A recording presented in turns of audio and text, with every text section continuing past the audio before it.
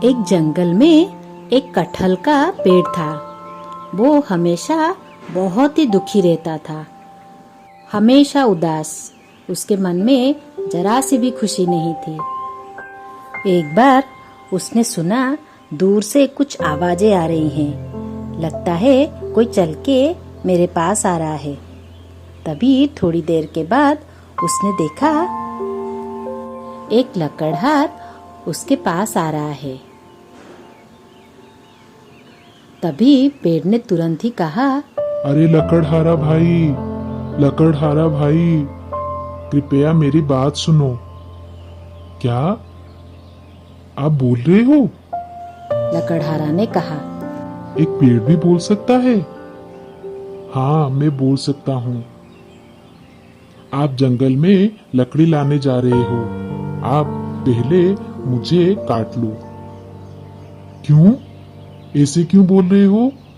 मैं पहली बार सुन रहा हूँ एक पेड़ मुझे बोल रहा है मुझे काट लो।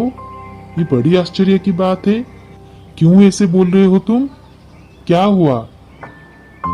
देखो लकड़हारा भाई, मैं यहाँ पर बिल्कुल भी खुश नहीं हूँ, क्योंकि मैं इतनी बड़ी वृक्ष हूँ।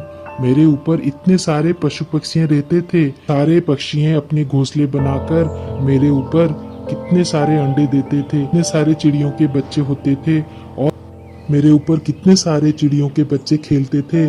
मगर मैं इतनी बड़ी वृक्ष हूँ, इसलिए मेरी छाया में सारे पशु पक्षी विश्राम करते हैं, आराम करते हैं, और मेरी ही छाया में वो सारे जानवरों को मारकर खाते हैं, और जो भी बचा रहता है सारे मांस यहीं पर छोड़ के जाते हैं। और उससे बहुत दिन रहने के बाद वो मांस सड़ के बहुत ही बास आती है और मेरे ऊपर सारे खून के चिट्टे पड़ते हैं। इसीलिए मैं ये कष्ट सहन नहीं कर पाता, क्योंकि मेरे आगे वो सारे जीवों को इतना तड़पा के मारते हैं और खाते हैं, मैं ये देख नहीं पाता हूँ। मुझे बहुत ही कष्ट होता है। और इसी वजह से डर के मारे कई सारी पक्षियाँ मुझ में और घोंसला नहीं बनाती हैं, घोंसला बना के नहीं रहती हैं और अंडे भी नहीं देती हैं। इसीलिए धीरे धीरे करके सारे पक्षी मुझे छोड़ के जा चुके हैं और मैं ये रोज देख देख के बहुत ही परेशान हो गया हूँ। कितने सारे पक्षी, कितने सारे पशुओं को लाकर मेरी ही नीचे बहुत तड़पा के मारते हैं। मेरी आंखों के सामने वो बहुत तड़प तड़प कर मर जाते हैं और उनको बाघ, भालू, सिंह ये सब खाते हैं। मैं ये बिल्कुल भी सहन नहीं कर पाता हूँ। इसीलिए आप मुझे काट दीजिए।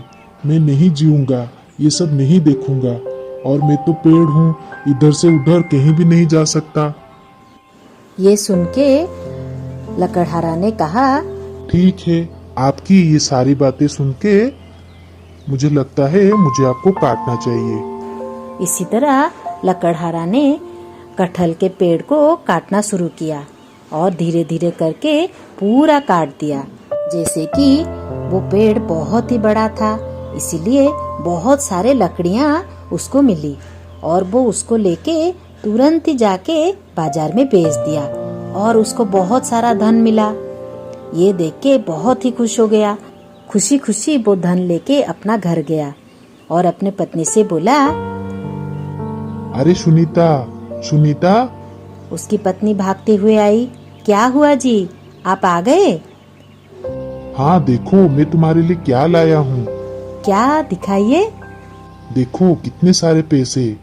क्या, इतने सारे पैसे कहाँ से लाए तुम? एक ही दिन में इतने सारे पैसे कहाँ से लाए तुम? अरे सुनो मेरी बात। लकड़हारा ने अपनी सारे बातें अपनी पत्नी को बताई।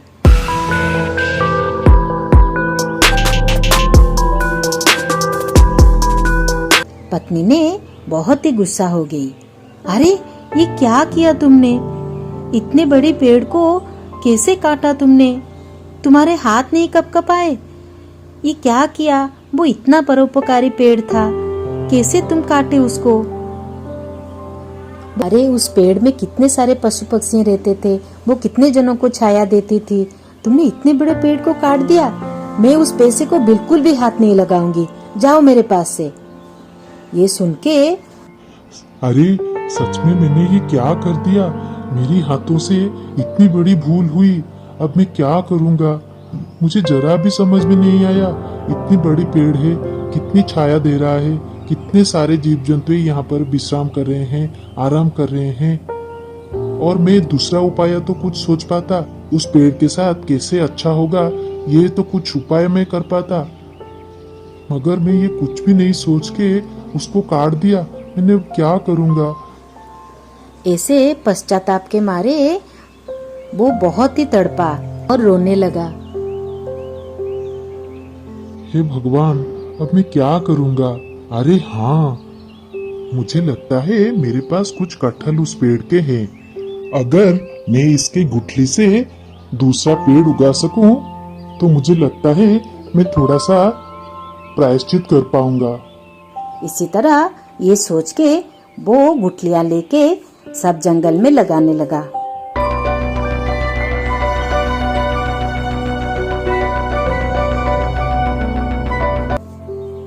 और धीरे धीरे वो सब पौधे हो गए।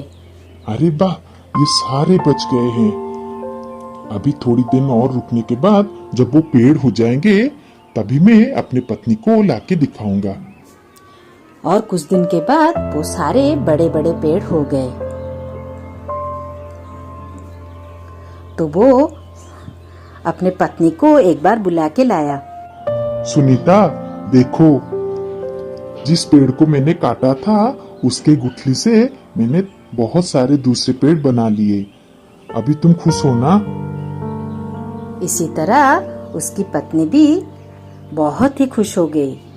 और सुनीता ने कहा, मुझे बहुत ही खुशी हुई कि आप एक पेड़ के बदले इतने सारे पेड़ उगा लिए।